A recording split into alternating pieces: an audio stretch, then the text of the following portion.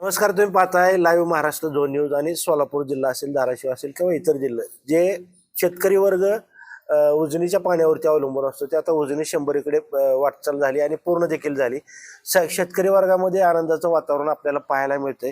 मात्र या उजनी धरणाच्या बाबतीत आज आपण चर्चा करणार आहोत आणि या चर्चेसाठी आपल्यासोबत असणार आहेत जलतज्ञ सन्माननीय अनिल पाटील साहेब.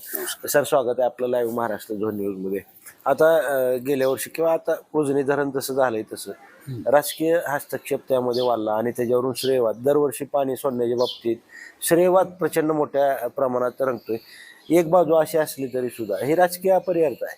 मात्र या सगळ्या घटनांमुळं अधिकाऱ्यांवरती दबाव येऊन त्याचा पाणी वाटप योजनेवरती काय परिणाम होतो असं वाटतंय का? 100%.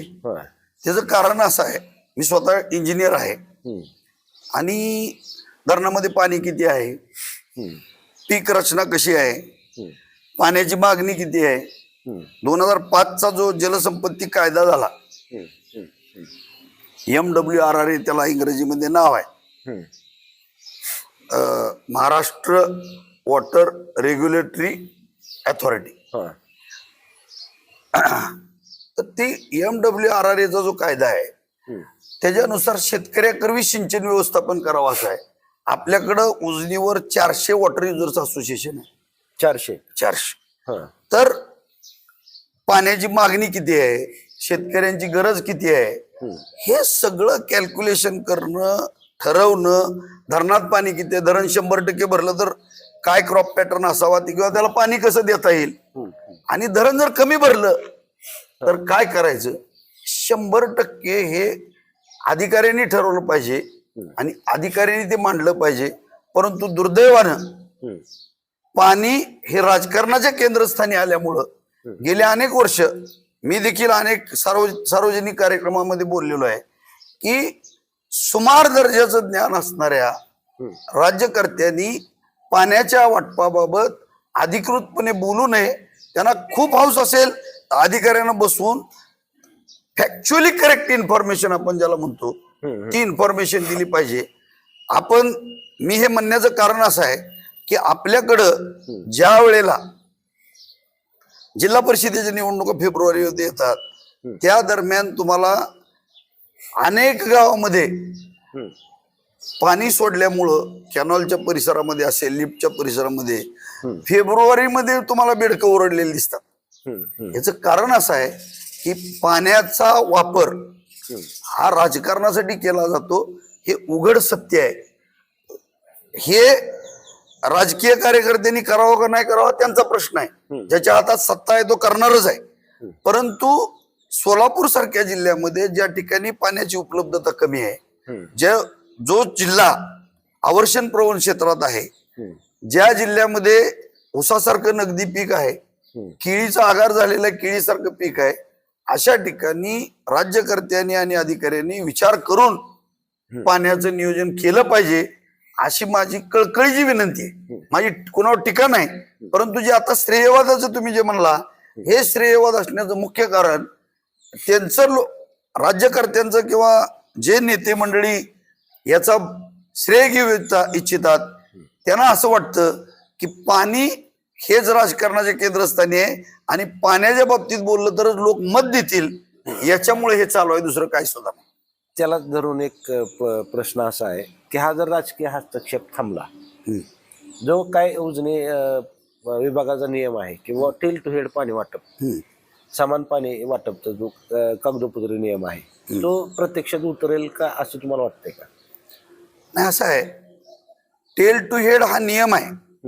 हे जरी खरं असलं तरी देखील आपल्याकडं जो क्रॉपिंग पॅटर्न आहे, तो क्रॉपिंग पॅटर्न बघता माझ्या दृष्टीनं कितीही मिलिटरी लावली तरी देखील आपल्या कॅनॉलची लांबी आणि पाण्याची उपलब्धता, क्रॉपिंग पॅटर्न बघता टेल टू हेड हे 100% वास्तवात उतरवणं आज मितीला तरी अशक्य आहे.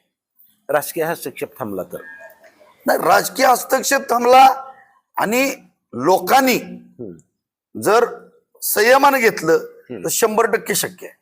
परंतु आपण 2, 10, 20, 50 माणसाचं आपण चर्चा करू शकतो. पब्लिक ऍट लार्ज म्हणजे लोकांचा मोठा समुदाय असा विचार केला आपण त्याच्या बाबतीत टीकात्मक बोलू शकत नाही. परंतु लोकांची मानसिकता आज आमच्या आपण ज्या गावात बसलेलो आहे आमच्याकडे सुद्धा कॅनॉल आहे शिनामाडा योजनेचा. परंतु दरवर्षी पाणी सुटल्यानंतर पहिली जी लोक आहेत शेवटच्या टेलपर्यंत पाणी येऊ देत नाहीत. सातत्याने या गावात अगदी भांडणं पोलीस स्टेशन पर्यंत वाद गेलेले आहेत. त्याचं कारण आहे की आपल्या वाट्याला पाणी किती आलेलं आहे, आपली पाण्याची गरज किती आहे आणि आपल्या वाट्याच्या पाण्यानुसार आपली पीक रचना आहे का याच्या बाबत लोकांच्या मध्ये जागरूकता अजिबात नाही. हे देखील त्याचं कारण आहे. सगळं काय राज्यकर्त्याचं चुकतं असं नाही, पण लोकांनी पण हे समजून घेतलं पाहिजे आपली मागणी किती आहे, आपलं पीक रचना कशी आहे, त्याची गरज किती आहे, आपण नोंदवलं किती. अनेक ठिकाणी पाणी वापर संस्था मागणीच करत नाहीत आणि मग अधिकाऱ्यांना विचारलं तर ते म्हणतात आमच्याकडे मागणीच आलेली नाही. म्हणजे हा एक त्रिकोण तयार झालेला आहे. एका बाजूला राज्यकर्ते श्रेय घेण्यासाठी किंवा त्यांची मताची जुळवाजुळव करण्यासाठी प्रयत्न करतात, दुसऱ्या बाजूला शेतकऱ्यांना अधिक पाणी पाहिजे परंतु त्याची नोंद करायची नाही, आणि तिसऱ्या बाजूला शेतकऱ्याची मागणी पाणी द्या म्हणून ओरड आहे कागदावर नाही, आणि दुसऱ्या बाजूला राज्यकर्ते प्रचंड अधिकाऱ्यावर दबाव आणतात. आणि सध्या गेल्या 20-25 वर्षामध्ये अधिकाऱ्यावर मग तो बढतीचा असेल, बदलीचा असेल किंवा कुठंतरी कामात अडकवण्याचा विचार असेल, या सगळ्या गोष्टीमुळे अधिकारी देखील भयभीत झालेले आहेत. हुशार नॉलेजेबल ज्याला म्हणतो आपण, ज्याला प्रचंड ज्ञान आहे असे अधिकारी देखील जलसंपदा विभागात असून सुद्धा आज ते व्यवस्थापन करताना अपयशी ठरताना दिसतात. ते त्यांचं ज्ञानाचं अपयश नसून परिस्थितीचं अपयश आहे असं माझं मत. आता सध्या भीमेतून विसर्ग सुरू आहे, उजनी धरणातून आलेला जो काही फ्लो असेल तो, पण एकीकडे माढा तालुक्यातल्या काही सिंचन योजना अद्याप बंद आहेत. त्या सिंचन योजनेला पाणी दिलं जात नाही आता ज्या परिस्थितीला, त्या सुरू करणं योग्य वाटतंय की अयोग्य वाटतंय? खर तर तुम्ही हा जो विषय मांडताय हा अत्यंत योग्य प्रश्न आहे. हा दीर्घकालीन सिंचन व्यवस्थापनाचा विषय आहे. महाराष्ट्रामध्ये अशी कुठलीच योजना झाली नव्हती. स्वर्गीय मनोहर जोशी सर मुख्यमंत्री झाल्यानंतर कृष्णा खोरे विकास महामंडळाची स्थापना झाली, अनेक योजनेचा जन्म झाला. जे कटापूर उपसा सिंचन योजना सातारा जिल्ह्यात, ती योजना काय आहे तर नदीतून वाया जाणारं पाणी वरती पठारावर आणून सोडायचं आणि त्या ठिकाणी असणारे सगळे तलाव, छोटे बंधारे, ओढे भरून घ्यायचे आणि भूगर्भाची पाण्याची पातळी वाढवायची. आज सोलापूर जिल्ह्याला देखील या कामाची मोठी गरज आहे.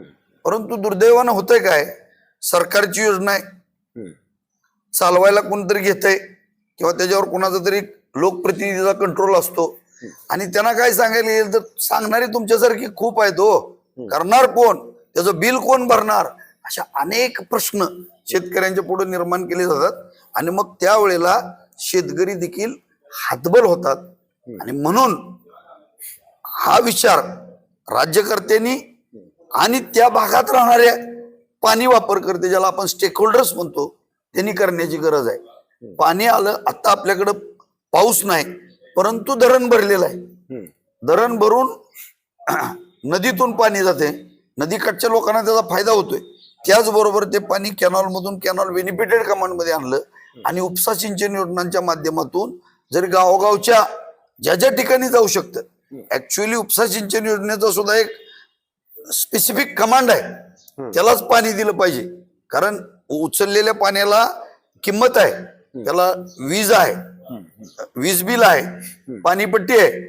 परंतु जर लोकांची सोय करायची असेल, या भागातलं स्थलांतर थांबवायचं असेल, या भागातलं शेतीचं उत्पन्न वाढवायचं असेल, तर या ठिकाणचं भूजल पातळी वाढली पाहिजे आणि त्यासाठी सरकारनं एक स्पेसिफिक कार्यक्रम करणं गरजेचं आहे, ज्याचा उल्लेख तुम्ही केला की ते पाणी नदीत सोडताय, त्याच्याऐवजी ते पाणी वरच्या, तुम्ही जर साधं उदाहरण बघितलं तर निमगावच्या तलावामध्ये पाणी सोडलं जातं, सापडण्याच्या तलावामध्ये पाणी सोडलं जातं. तुम्ही जर आज त्या भागामध्ये फिरला तर त्या ठिकाणचा भूजल स्तर हा उंचावलेला आहे, त्या ठिकाणी पाणी आहे आणि पावसानं ओढ दिली तरी देखील तिथली पिकं जळत नाही.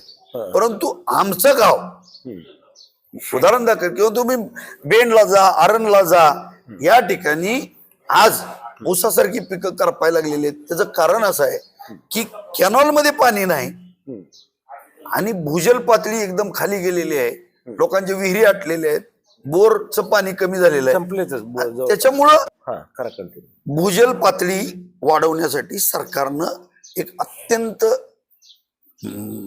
विचारपूर्वक दीर्घकालीन कार्यक्रम आखण्याची गरज आहे. जिथली उपसा सिंचन योजना झालेल्या आहेत आणि ज्या ठिकाणी अतिरिक्त पाणी येते त्या ठिकाणी काय करायचं. आपल्या पुढं आज लोक विचार करत नाहीत.